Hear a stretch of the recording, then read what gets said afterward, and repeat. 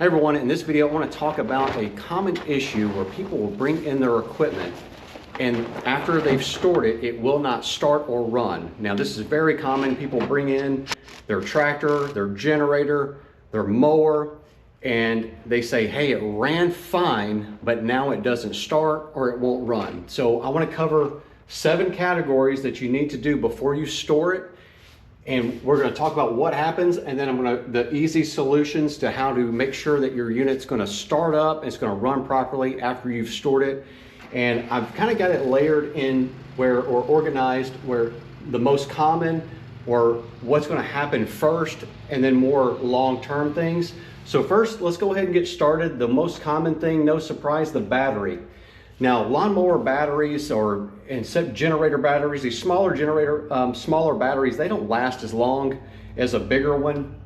So just keep that in mind. You're going to want to charge that battery every 2 to 3 weeks, unless you're going to use it. If you're using the equipment every 2 weeks, you really don't need to do any of this, okay? Except regular maintenance and everything.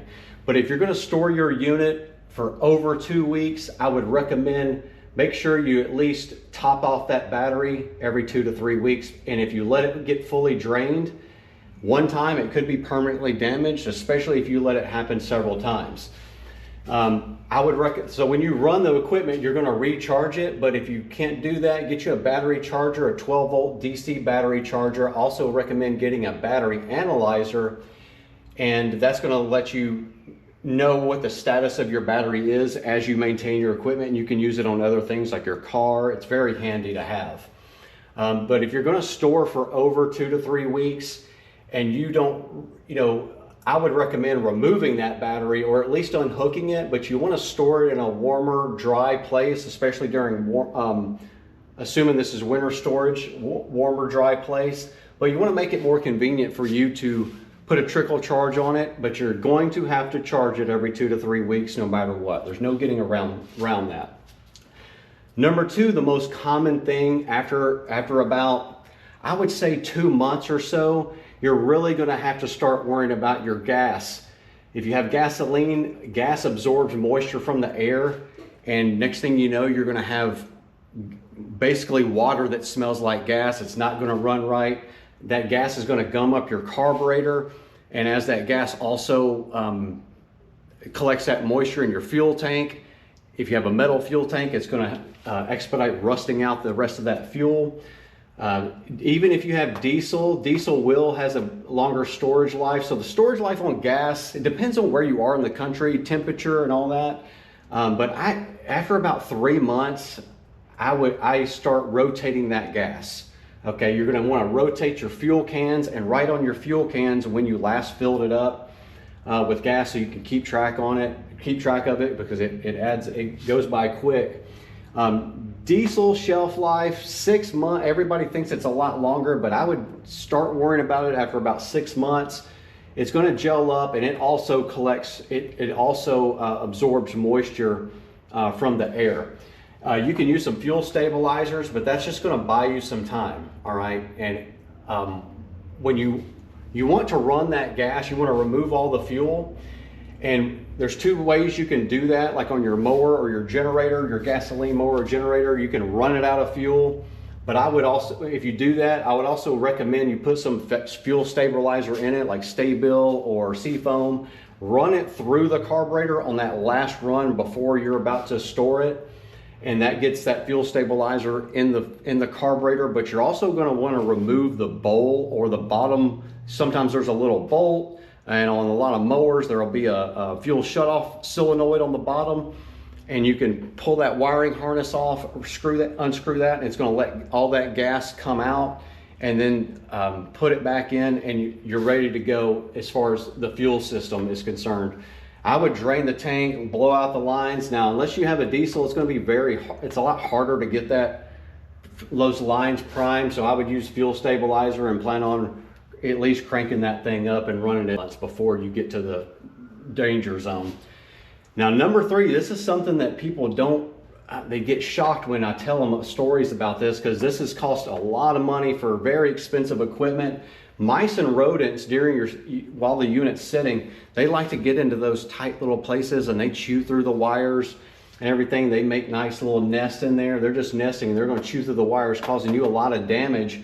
Wiring harnesses are expensive, but what's going to be really expensive is the labor replacing that. The way to avoid that, keep that unit clean, and it depends on your storage area. You might want to set up some traps and lights. A lot of RV people that go and travel around while they're camping out, and in certain areas like out in the desert and things, rats or mice will come up, or other rodents. They'll have to do it just in one night. So this can happen before the battery or the fuel, but that's guaranteed going to happen. This can happen at any moment, you know, it depends. Next up is a big one. 4, corrosion, battery connections, ground connections, relays, solenoids are getting moisture in there, condensations, things seize up, bearings and spindles. But over time, you're going to have to start worrying about those engine cylinder walls, because condensation, you don't want the rust building up in there. So what you're going to need to do if you're going to store it for a very long extended period of time, like say over 6 months, you're going to want to do everything else, but you're also going to want to remove the spark plugs, and be aware that if you're going to store it, you're either going to need to do this in the spot that you're going to store it, or you're going to need to push it, because you're not going to be able to run the engine before you store it after doing this. But to prep the engine at storage, remove the spark plugs, put engine oil in the top of the cylinders, rotate the engine over either by hand, or you can bump the starter with the spark plugs still out, and that's going to let the oil splash around, coat the top of that cylinder, and then put the spark plugs back in and leave it alone until you're ready to crank the engine back up. You remove the spark plugs, crank that engine over after you've hooked up your stored battery and everything, crank it up, get that oil out, then put your fresh spark plugs in there, hook everything up, crank it up, and it'll smoke for a few minutes until it burns all that oil residue off. But in the meantime, if you're not going to store it for over 3 months without running it, just really depends on your condensation, the temperature. Colder areas, you're going to need to do that more often, but keep everything clean and dry, and coat everything like metal. WD-40 is very safe. I like to use it because it really doesn't hurt anything, but you can even spray it inside of the connections and everything. But WD-40 stands for water displacement. That was the 40th formula that works for it. It's really good at getting out water out of those nooks and crannies and all that. So you want to keep it dry. I would have no problem. Spray WD-40 all over anything metal or anything that moves. It's going to be fine, okay? Now, after your tires, after you go to set it in your storage area, wherever you're going to have to consider your tires. So if you're storing it on a soft ground, like just dirt or sand or whatever, that's ideal.